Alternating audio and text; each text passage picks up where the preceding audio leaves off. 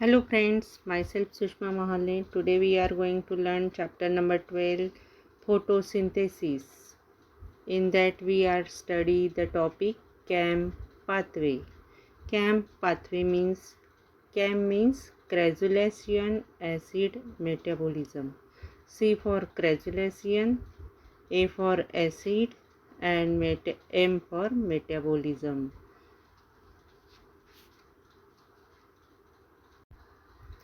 CAM plants. CAM plants means plants which grow in very high temperature and very dry conditions display CAM types of photosynthesis, and these types of plants called CAM plants. जे plants अगदी high temperature असलेल्या रिजनमध्ये किंवा खूप dry असलेल्या रिजनमध्ये वाढत असतात ते प्लांट कॅम टाईपचं फोटोसिंथेसिस सायकल शो करत असतात. म्हणजे त्या प्लांट्सच्या लीपमध्ये आपण आतापर्यंत C4 C3 हे ज्या सायकल अभ्यासल्या तर याच प्रकारच्या टाईपमधली कॅम नावाची फोटोसिंथेसिसची सायकल या प्लांटच्या लीपमध्ये आपल्याला पाहायला मिळत असते. आणि अशाच प्लांट्सला कॅम प्लांट्स म्हटलं जात असतं आणि ते क्रॅझुलॅसियन फॅमिलीचे असल्यामुळे त्यांना क्रॅझुलॅसियन ॲसिड मेटाबॉलिझम असं ह्या सायकलला नाव दिलं गेलेलं आहे. Plants of Crassulaceae family is Crassula, Sedum. CAM cycle also found in pineapple, vanilla, agave, cacti and euphorbia etc. बघा, या प्रकारचे कॅक्टस तुम्ही जनरली पाहत असतात. आपल्याकडच्या रिजनपेक्षा ज्या ठिकाणी डेझर्ट तुम्ही पाहत असाल त्या ठिकाणी अशा प्रकारचे कॅक्टस तुम्हाला पाहायला मिळतात. किंवा पायनॅपलची जी फॅमिली आहे, पायनॅपल वर असे बारीक बारीक काटे असल्यासारखे तुम्ही स्पाइन्स असल्यासारखे पाहत असतात. हे स्पाइन्स म्हणजेच काय, हे क्रॅझुलॅसियन फॅमिलीचे मेंबर्स आहेत असे ओळखले जातात. जेणेकरून यांच्या आतमध्ये असलेलं पाणी ते सेव्ह करून ठेवतात, बाहेर पडू देत नाही. ज्या ठिकाणी अगदी ड्राय कंडिशन आहे, पाण्याची कमतरता आहे, अशा ठिकाणी वाढणारे प्लांट हे जास्तीत जास्त वॉटर रिझर्व करण्याचं काम करत असतात.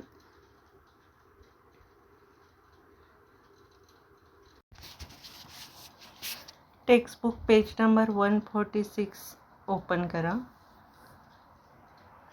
तिथे तुम्हाला 12.9 हा टॉपिक दिसणार आहे, CAM crassulacean acid metabolism. It is one more alternative pathway of carbon fixation found in desert plants. It was first reported in the family Crassulaceae, so called as CAM. क्रॅझुलेसी फॅमिलीमध्ये ते पहिल्यांदा हे कॅम पाथवे लक्षात आला, म्हणून त्याला क्रॅझुलॅसियन acid metabolism असं म्हटलं गेलं. आणि ते जनरली डेझर्टमध्येच सापडतात, म्हणून ते डेझर्ट प्लांट्स आहेत. In CAM plants stomata are scotoactive, that is active during night. So initial CO2 fixation occurs in night. आपण आत्तापर्यंत फोटोसिंथेसिसमध्ये काय अभ्यास केला, तर फोटोसिंथेसिस हे लाईटच्या प्रेझेन्समध्ये होत असतं. लाईट आणि क्लोरोप्लास्ट यांच्या मदतीने प्लांट CO2 फिक्सेशन करतं आणि कार्बोहायड्रेट बनवत असतं, त्याचं फूड बनवत असतं, बरोबर. मग हे CO2 फिक्सेशन जे होत असतं प्लांटमध्ये ते लाईटच्या प्रेझेंटमध्ये होत असतं असं आपण आत्तापर्यंत शिकलो आहे. पण हे जे प्लांट्स असतात, हे प्लांट्सचे जे स्टोमॅटा असतात हे दिवसा ओपन होत नाही, जेणेकरून ते स्टोमॅटा इतर प्लांटमधले स्टोमॅटा दिवसा ओपन होतात आणि त्या ओपन स्टोमॅटामधून CO2 आतमध्ये जात असतो, बरोबर. CO2 बाहेरून त्या लीफच्या क्लोरोप्लास्टपर्यंत पोचत असतो डे टाईमला. पण त्याच्या अगदी अपोजिट कॅम्प प्लांटमध्ये पाहायला मिळतं. कॅम्प प्लांटमध्ये CO2 फिक्सेशन हे नाईटला होत असतं. नाईटला का होत असेल तर त्यामधले जे स्टोमॅटा असतात ते स्टोमॅटा डे टाईमला ओपन नसतात, ते डे टाईमला क्लोज असतात. मग ते क्लोज असल्यावर CO2 त्यातून जाऊ शकत नाही. पण हे डे टाईमला ओपन असतात, क्लोज असतात, पण नाईटला ते स्टोमॅटा ओपन असतात. नाईट म्हणजे ज्यावेळी हॉट कंडिशन थोडी कमी झालेली असते त्यावेळी हे स्टोमॅटा ओपन होतात आणि डे टाईमला हॉट कंडिशन टेम्परेचर वाढलेलं असतं त्यावेळी वॉटर इव्हॅपोरेशन होऊ नये, वॉटरचं प्रमाण कमी होऊ नये प्लांटमधलं, म्हणून हे स्टोमॅटा बंद असतात. आणि हे बंद असल्यामुळे यामध्ये CO2 पास होऊ शकत नाही आणि CO2 मग डे टाईमाला पास होऊ शकत नाही आणि त्याचं फूड बनवण्यासाठी तर CO2ची गरज असते. मग ते स्टोमॅटा नाईटला ओपन होतात.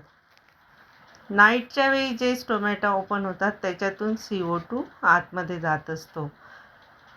आणि मग तुम्ही म्हणाल की CO2 आतमध्ये गेल्यावर ज्यावेळी फूड बनवण्याचं काम चालेल त्यावेळी तर लाईटची गरज असते.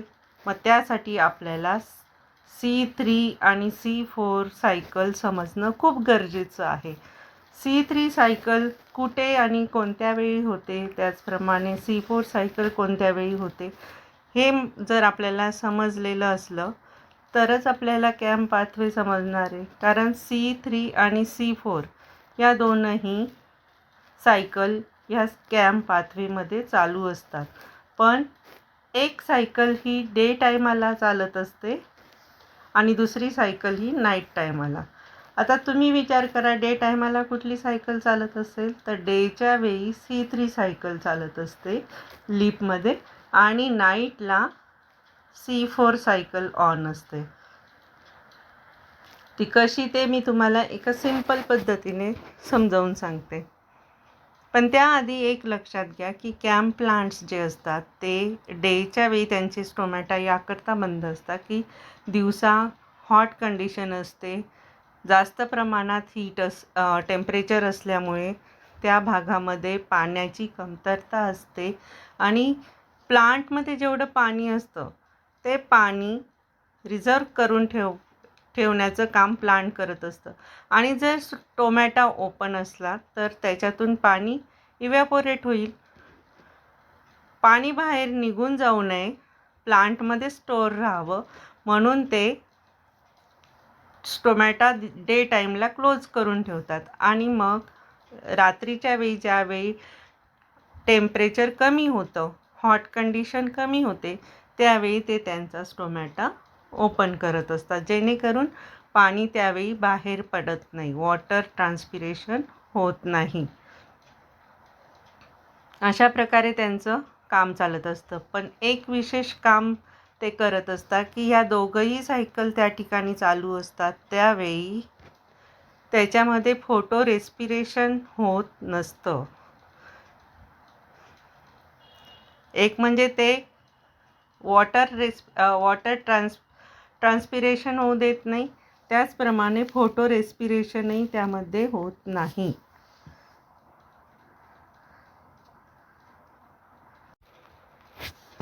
आता C3 सायकल म्हणजे नेमकं काय हे आपण बघू. C3 सायकल एकदा रिकॉल झाली की तुमच्या लक्षात येईल की C3 सायकल आणि C4 सायकल ज्या आहेत त्याच्या थ्रूच हे कॅम्प सायकलमध्ये फंक्शन चालत असतं. जसं आता हे प्लांटचं लीफ आहे आणि ह्या लीफमध्ये मेसोफिल हा सेल आहे. या मेसोफिल सेलमध्ये ज्यावेळी टोमॅटो ओपन असतो दिवसा त्यावेळी ॲटमॉस्फिअरमधून CO2 आतमध्ये घेतला जातो. CO2 आतमध्ये आल्यानंतर तुम्हाला C3 सायकलमध्ये 3 गोष्टी लक्षात घ्यायला 3 स्टेप्स लक्षात ठेवायला सांगितल्या होत्या. त्या म्हणजे कार्बॉक्सिलेशन, रिडक्शन आणि रिजनरेशन. कार्बॉक्सिलेशन ज्यावेळी होतं त्यावेळी CO2 हा RuBP सोबत कार्बॉक्सिलेट होतो. RuBP किंवा रुबी हा वर्ड लक्षात आला असेल. त्यानंतर 3 कार्बन असलेला स्टेबल कंपाऊंड मिळत असतो, तो म्हणजे 3-फॉस्फोग्लिसरेट 3PGAL. तुम्हाला स्टोरी आठवत असेल, रुबी पागल झाली, तिने कार्बन डायऑक्साईड गिळला. त्यानंतर ती डॉक्टरांकडे गेली. डॉक्टरांनी तिला 3 पंच दिले. 3 पंच दिले म्हणजे काय, तिथं फॉस्फोग्लिसरिक ॲसिड तयार होतं, 3-फॉस्फोग्लिसरेट तयार होतं आणि त्यापासून शुगर तयार होते. म्हणजेच काय,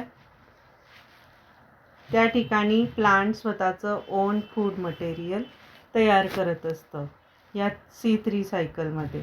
त्यामध्ये RuBP, त्यानंतर रायबुलोज हा एन्झाईम वर्क करत असतो.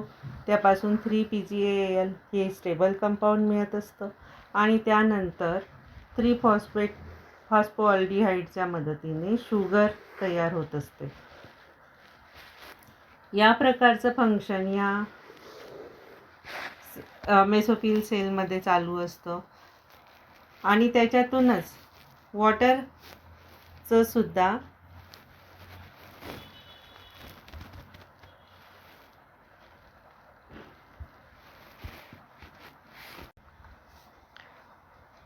सुद्धा हायड्रोलिसिस होत असतं. वॉटर ह्या ग्रॅनामध्ये प्रेझेंट असतं, क्लोरोफिलच्या ग्रॅनामध्ये, आणि त्यामध्ये वॉटरचं हायड्रोलिसिस झाल्यानंतर हायड्रोजन ॲटम हा 3 पंचला म्हणजे 3-फॉस्फोग्लिसरॉल्डिहाइडला जाऊन मिळतो आणि ऑक्सिजन त्यामध्ये स्टोअर राहतो. आता आपण C3 सायकल पाहिली की C3 सायकलमध्ये आपल्या लक्षात आलं की 3 कार्बन असलेला 3-फॉस्फोग्लिसरॉल्डिहाइड हा कंपाऊंड त्या ठिकाणी तयार होत असतो. सगळ्यात आधी स्टेबल कंपाऊंड मिळत असतो. आता आपल्याला C4 सायकल रिकॉल करायची. C4 सायकलमध्ये सगळ्यात पहिले 4 कार्बन असलेला कुठला कंपाऊंड तयार होतो, स्टेबल कंपाऊंड, तर तो असतो OAA, oxaloacetic acid. Oxaloacetic acid कशा प्रकारे तयार होतं, तर ज्यावेळी ॲटमॉस्फिअरमधून CO2 आतमध्ये येतो त्यावेळी पेप सोबत तो कार्बॉक्सिलेशन होतं आणि पेपपासून ऑक्झॅलो ॲसिटिक ॲसिड तयार होतं.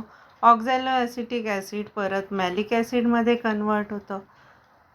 मॅलिक ॲसिड हे काय होतं, जे काही त्या ठिकाणी व्हॅक्युअल प्रेझेंट असतं लिपमध्ये, त्या व्हॅक्युअलमध्ये जाऊन स्टोअर राहतं. ज्यावेळी C3 आणि C4 प्लांट असतात त्यावेळी ते तिथून निघून परत केल्विन सायकलला जाऊन मिळतं. त्याच्यापासून CO2 जो निघत असतो तो केल्विन सायकलमध्ये जातो आणि परत पेपचे मॉलिक्यूल तयार होत असतात मॅलिक ॲसिडपासून. पण जर ती सायकल कंटिन्यू चालू असली तर. पण यामध्ये आता कॅम्पमध्ये काय कंडिशन असते, तर कॅम्पमध्ये सगळ्यात आधी डे टायमाला स्टोमॅटा जे असतात ते क्लोज असतात. ते क्लोज असल्यामुळे CO2 त्यामध्ये एंटर करू शकत नाही.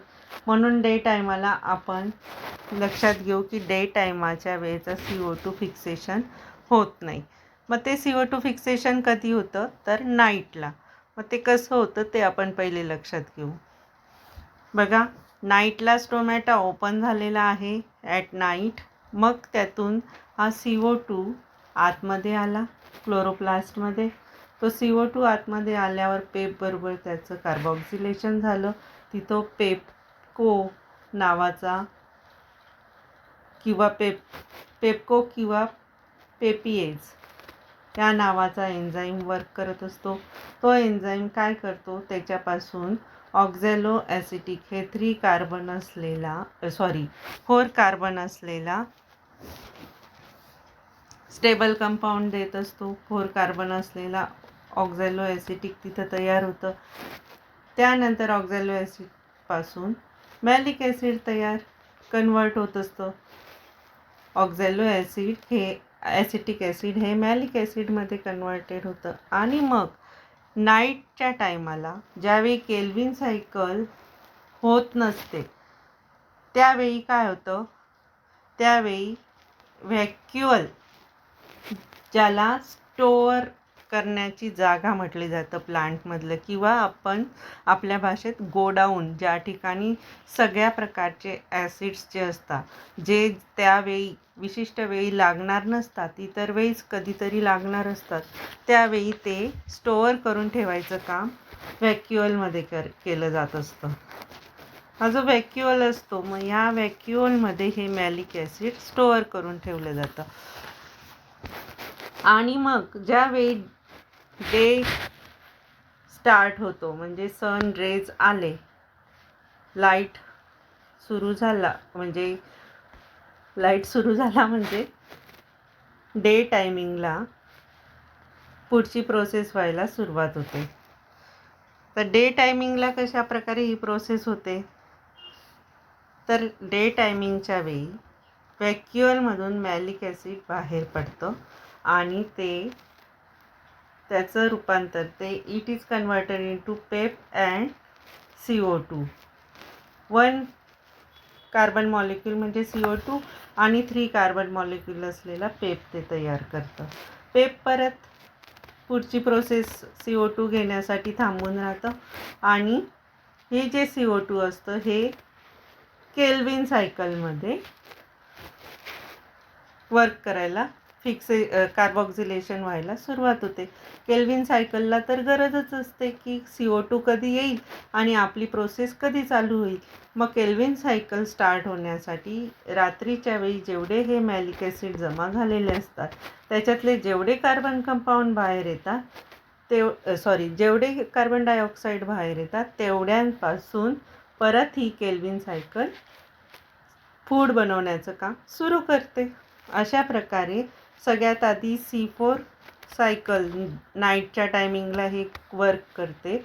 नाईटला CO2 स्टोअर करून ठेवण्याचं काम करते आणि मग डे टायमिंगला C3 सायकल म्हणजे केल्विन सायकल त्याचं काम करून काय करतं, शुगर म्हणजेच काय तयार करतं, त्याचं स्वतःचं ओन फूड मटेरियल तयार करतं. कार्बोहायड्रेट C6H12O6 हे कार्बोहायड्रेट तयार करण्याचं काम कोण करत असतं, केल्विन सायकल तयार करत असतं. ते डे टाईमला होतं. याचाच अर्थ प्लांटमध्ये स्वतःचं फूड बनवण्याचं प्रोसेस असते, त्याचबरोबर CO2 कॅच करण्याची पण प्रोसेस असते, पण स्टोमॅटा ओपन होण्याची पद्धत त्यामध्ये अपोजिट असते.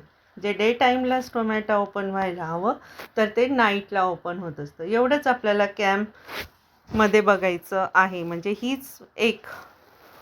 हा महत्त्वाचा पॉईंट आपल्याला लक्षात येतो की वॉटर ट्रान्सपिरेशन होऊ नये, त्या प्लांटमधलं वॉटर सेव्ह राहावं म्हणून स्टोमॅटा डेला ओपन न होता नाईटला ओपन होतो आणि ते प्लांट मग अशा पद्धतीने त्याचं वर्क करून स्वतःचं फूड स्वतः बनवण्याचं काम करत असतं. बघा, ही C4ची मी तुम्हाला डायग्रॅम फक्त या ठिकाणी देते. आधी मी तुम्हाला एक्सप्लेन करून दिलं नाईटच्या टायमाला CO2 कशा प्रकारे येतो, त्यानंतर पेप बरोबर कार्बॉक्झिलेशन होतं, पेप केस किंवा पेप कशा प्रकारे वर्क करतो ते आपण C4 सायकलमध्ये चांगल्या प्रकारे अभ्यास केलेला आहे. त्यानंतर ऑक्झॅलो ॲसिटिक ॲसिड तयार होतं, मॅलिक ॲसिड तयार होतं आणि मॅलिक ॲसिड हे व्हॅक्युअलमध्ये जाऊन स्टोअर होत असतं. हा व्हाईट कलर जो दिसतोय हा आहे क्लोरोप्लास्ट आणि हा आहे मेसोफिल. म्हणजे C4 सायकलमध्ये 2 सेल वर्क करत असतात माहिती ना, एक म्हणजे मेसोफिल आणि दुसरं असतं bundle sheath.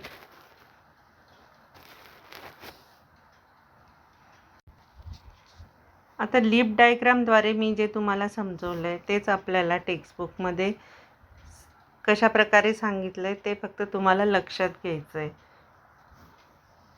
The C4 pathway fix CO2 at night. आता लक्षात आलं, C4 पाथवे CO2 नाईटच्या वेळी फिक्स करत असतो. And reduce CO2 in day time. आणि डे टाईमला CO2 रिड्यूस करतो. म्हणजेच काय, कुठे पाठवतो तो? केल्विन सायकलमध्ये CO2 पाठवत असतो.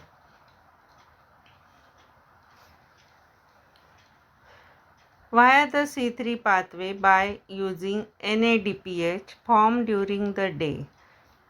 डेला ते NADPH तयार करतात आणि त्याच्या मदतीने C3 पाथवेमध्ये CO2 पाठवत असतात. PEP carboxylase and RuBisCO are present in the mesophyll cell. No kranz anatomy. त्या ठिकाणी क्रान्स ॲनाटॉमीचा उपयोग नसतो, तर यामध्ये पेप कार्बोक्सिलेज आणि रुबिस्को हे एन्झाईम वर्क करत असतात आणि मेसोफिल सेलमधून हे फंक्शन केलं जात असतं. Formation of malic acid during dark is called acidification. Malic ॲसिडचं जे फॉर्मेशन होतं रात्रीच्या वेळी त्याला ॲसिडिफिकेशन म्हटलं जातं. त्यालाच फेज 1 पण म्हटलं जातं. म्हणजे सगळ्यात पहिली प्रोसेस कुठली होते? मॅलिक ॲसिड तयार होण्याची आणि ती व्हॅक्युअलमध्ये स्टोअर करून ठेवण्याची, ज्याच्यापासून पुढे C3 सायकलमध्ये जो कार्बन डायऑक्साईड लागणार असतो तो मॅलिक ॲसिडपासून मिळत असतो. आणि यामध्ये ॲसिड फॉर्म होतात. म्हणून बघा, कॅमच्या नावामध्ये तुम्हाला काय दिलेलं आहे? क्रॅझुलॅसियन ॲसिड मेकॅनिझम. मेकॅनिझम म्हणजे काय? त्यांचं वर्क, ॲसिडचं जे वर्क चालत असतं ते वर्क. कारण यामध्ये गॅसियस फॉर्ममधले जे काही CO2, ऑक्सिजन हे मॉलिक्युल्स असतात यांना लिपमध्ये एंट्री करताच येत नाही. त्यामुळे ॲसिडमध्ये CO2 आणि O2 स्टोअर केले जातात आणि त्यानंतर त्यांचं हायड्रोलिसिस होऊन त्यांच्यापासून CO2 आणि ऑक्सिजन मिळवलं जात असतं त्यामध्ये. तर मेनली आता फूड प्रोसेस होण्यासाठी, फूड प्रिपेअर होण्यासाठी CO2ची गरज असते. मग नाईटच्या टायमाला मॅलिक ॲसिड फॉर्म केलं जातं CO2च्या मदतीने आणि त्या प्रोसेसलाच म्हटलं जातं ॲसिडिफिकेशन. हेच first. Acidification. What is the meaning of acidification? Formation of malic acid during dark is called acidification. पुढच्या पेजवर म्हणजे पेज नंबर 147वर तुम्हाला टेक्स्टबुकच्या 147वर या प्रकारची फिगर क्रॅझुलॅसियन ॲसिड मेटॅबॉलिझम शो केलेली आहे. आणि त्यानंतर वरती तुम्हाला हे टेक्स्टबुकमध्ये दिलेलं आहे. Malate is stored in व्हॅक्युअल्स during the night. जे मी तुम्हाला समजवलं आधी तेच इथं दिलेलं आहे. मॅलेट व्हॅक्युअलमध्ये स्टोअर्ड केलं जातं. Malate releases CO2 during the day for C3 pathway within the same cell is called de-acidification. बघा, आधी ॲसिडिफिकेशन शिकलो आपण. ॲसिडिफिकेशन म्हणजे काय? Formation of malic acid. आता यामध्ये काय आहे? डी-ॲसिडिफिकेशन म्हणजे ते जे मॅलिक ॲसिड आहे ते रिलीज करतं CO2. Malate releases CO2 during the day for C3 pathway within the same cell. Same सेलमध्ये C3 पाथवेमध्ये ते CO2 रिलीज करत असतं. त्या प्रोसेसला डी-ॲसिडिफिकेशन म्हटलं जातं आणि ती म्हणजे फेज सेकंड असते. सेकंड सायकल तिथं स्टार्ट होत असते. पहिली असते C4 सायकल, दुसरी असते C3 सायकल. म्हणून त्याला phase first and phase second असं नाव दिलं गेलं आहे. Examples of CAM plants: Kalanchoe, Opuntia, aloe. Aloe generally तुम्ही नेहमीच आपल्याकडे सुद्धा बघतात, पण जनरली डेझर्ट एरियामध्ये ते जास्त प्रमाणात पाहायला मिळत असतात. ॲलोवेरा, आपण जे हेअर्ससाठी, स्किनसाठी जे काही ग्रीन कलरचं अगदी हेवी लीफ असलेलं जाडजूड असं लीफ असतं ते असतं ॲलोवेरा. इतकं जाड थर असलेलं जे लीफ असतं ज्याच्यामध्ये गर प्रेझेंट असतो, आपण व्हाईट कलरचा गर त्याच्यातून कापून काढत असतो, त्यामध्ये जास्त करून वॉटर स्टोअर केलेलं असतं. वॉटरी असतं, ते ज्युसी असतं leaf. The chemical reactions of the carbon dioxide fixation and its assimilation are similar to that of C4 plants. C4 plants ज्याप्रमाणे केमिकल रिॲक्शन करतात कार्बन डायऑक्साईडची आणि ॲसिमिलेशन करतात, त्याचप्रमाणे या CAM प्लांट्समध्ये पण प्रोसेस चालत असते. आता बघा, हे क्रॅझुलॅशियन ॲसिड मेटाबॉलिझम तुम्ही जर नीट लक्षात घेतलं तर तुमच्या लक्षात येईल. इथं नाईटचा टाईम दिला आहे, मून दाखवलेला आहे आणि सनचा डे टाईम पण इथं दिलेला आहे. आपण आधी नाईटच्या टायमाकडे बघणार. नाईट टायमाला काय होतं, CO2 आतमध्ये येतो. CO2 आतमध्ये आला की तो पेप्कोबरोबर कार्बॉक्सिलेशन होतं त्याचं. त्यानंतर इथं C4 ॲसिड म्हणजे काय, मॅलिक ॲसिड तयार होतं आणि ते C4 ॲसिड इथं व्हॅक्युअलमध्ये स्टोअर केलं जातं. ही इथपर्यंतची प्रोसेस ही नाईटच्या वेळी चालत असते. नाईटमध्ये ही प्रोसेस झाल्यानंतर ज्यावेळी डे टाईम येतं त्यावेळी त्या डे टाईममधून मॅलिक ॲसिडपासून C3 ॲसिड म्हणजे पेप परत तयार होतं आणि CO2 रिलीज होतो. आणि हा CO2 कुठे जातो, केल्विन सायकलमध्ये जातो, जिथं रुबिस्को हा एन्झाईम वर्क करत असतो. आणि काय तयार होतं तिथं, शुगर किंवा त्यांचं कार्बोहायड्रेट या ठिकाणी तयार होत असतं. अशा प्रकारे ही सायकल चालत असते. आणि जी C3 ॲसिड असतं म्हणजे काय, तर मॅलिक ॲसिडपासून तयार झालेलं पेप हे स्टार्चच्या रूपामध्ये स्टोअर केलं जातं. यावेळी काही NADPH वापरले जात असतात. अशा प्रकारे हे C3 आणि C4 सायकल दोन्ही ठिकाणी चालत असते. ही असते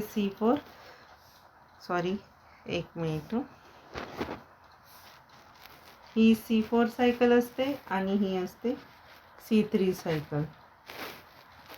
डे टायमाला चालणारी सायकल असते C3 आणि नाईटला चालणारी असते C4 सायकल. आणि या दोघं सायकल ह्या कॅम सायकलमध्ये चालत असतात. एवढं तुम्हाला लक्षात घ्यायचं आहे. यामध्ये वॉटर रिलीज व्हायला नको जास्त प्रमाणात, म्हणून अशा प्रकारचं सायकल ॲडजस्टमेंट यामध्ये केली गेलेली आपल्याला पाहायला मिळते. ही नॅचरल ॲडजस्टमेंट आहे आणि ही नॅचरल ॲडजस्टमेंट फॅमिली क्रॅझुलॅसी या फॅमिलीतल्या प्लांटमध्येच आपल्याला पाहायला मिळत असते, ज्यामध्ये डेझर्ट एरियातले हे प्लांट असल्यामुळे वॉटर ट्रान्सपिरेशन होऊ नये, वॉटर स्टोरेज राहावं म्हणून ही ॲडजस्टमेंट केलेली असते. अशा प्रकारे आपण कॅम सायकलमध्ये स्टोमॅटा नाईटच्या वेळी ओपन असतो हे लक्षात घेतलं. नाईटला स्टोमॅटा ओपन झाल्यावर CO2 लीपमध्ये एंटर करतो. त्यानंतर फॉस्फोफिनॉल पायरुवेट जे असतं पेप, ते CO2 सोबत कार्बॉक्सिलेशन झाल्यामुळे OAA ऑक्झॅलो ॲसिटिक ॲसिड तयार होतं. त्यानंतर मॅलिक ॲसिड तयार होतं. ते व्हॅक्युअलमध्ये स्टोअर केलं जातं. एवढी प्रोसेस नाईटला चालत असते, याला आपण C4 सायकल म्हणत असतो. त्यानंतर during day malic acid release from व्हॅक्युअलमधून ते रिलीज होतं आणि एंटरिंग क्लोरोप्लास्ट, त्यामध्ये CO2 रिलीज होतो, ती केल्विन सायकलमध्ये मिक्स होतो आणि त्यापासून शुगर तयार होते. Stomata opens at night and closes during day. CO2 fixation occurs at night. Organic acid stored in vacuole. During day, that organic acid transferred to chloroplast. Then fixation of CO2 in Kelvin cycle. Same as Hatch and Slack pathway. Only difference is different cells use होतात hash and slack पाथवेमध्ये, ते म्हणजे mesophyll sale आणि bundle sale. पण या camp पाथवेमध्ये हे different sale use होत नाही, तर फक्त मेसोफिल सेलमध्ये हे वर्क चालत असतं. आणि हे सगळं वर्क कशासाठी होत असतं तर मिनिमाइज फोटो रेस्पिरेशन होण्यासाठी आणि वॉटर सेव्ह करण्यासाठी हे वर्क केलं जात असतं. अशा प्रकारे आपण कॅम्प पाथवेमध्ये C3 आणि C4 ही सायकल कशा प्रकारे यूज केली जाते हे लक्षात घेतलं. त्याचबरोबर तुम्ही जर कॅक्टस किंवा ॲलोवेरा यांचे लीफ पाहिलं तर त्याचं स्ट्रक्चर तुम्हाला इतर प्लांटच्या लीफपेक्षा वेगळं असलेलं लक्षात येईल. ते ज्युसी आणि जाड प्रकारचं असतं. या ज्युसी असतं याचा अर्थ काय, ते वॉटर रिझर्व करून ठेवलेलं असतं त्यामध्ये. ते थिक असतं, रिड्यूस्ड असतं, थिक क्युटिकल त्याच्यावर प्रेझेंट असतात आणि संकन स्टोमॅटा तिथं प्रेझेंट असतो. जे काही काट्याच्या रूपामध्ये तुम्हाला त्या लीफवर दिसतं ते म्हणजे संकन स्टोमॅटा असतो आणि जो रात्रीच्या वेळेस ओपन होतो, opens at night and close at day, ज्यामुळे ट्रान्सपिरेशन हे रिड्यूस होत असतं. आणि कॅम्प पाथवेमधल्या प्लांटचं मेन फंक्शन एकच असतं की वॉटर स्टोअर करून ठेवणे, त्याचं कमीत कमी ट्रान्सपिरेशन होऊ देणे, हेच त्याचं फंक्शन असतं. अशा प्रकारे आपण आज कॅम्प पाथवे हा टॉपिक संपवलेला आहे.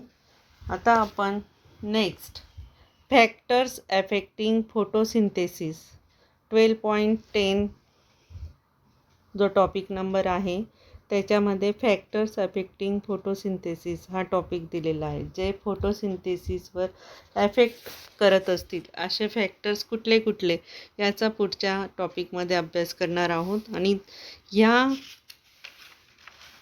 फोटोसिंथेसिस या चॅप्टरचा 12.10 हा टॉपिक लास्ट टॉपिक आहे. तर तुम्ही आत्तापर्यंत जेवढे टॉपिक्स मी तुम्हाला व्हिडिओद्वारे शिकवले आहेत ते सगळे एकदा परत बघा, चांगल्या प्रकारे लक्षात घ्या, त्याच्यावर दिलेल्या नोट्स लिहा आणि वाचा आणि त्याच्यावर अभ्यास करा. तर नेक्स्ट व्हिडिओमध्ये आपण 12.10 फॅक्टर्स अफेक्टिंग फोटोसिंथेसिस हा टॉपिक शिकणार आहोत.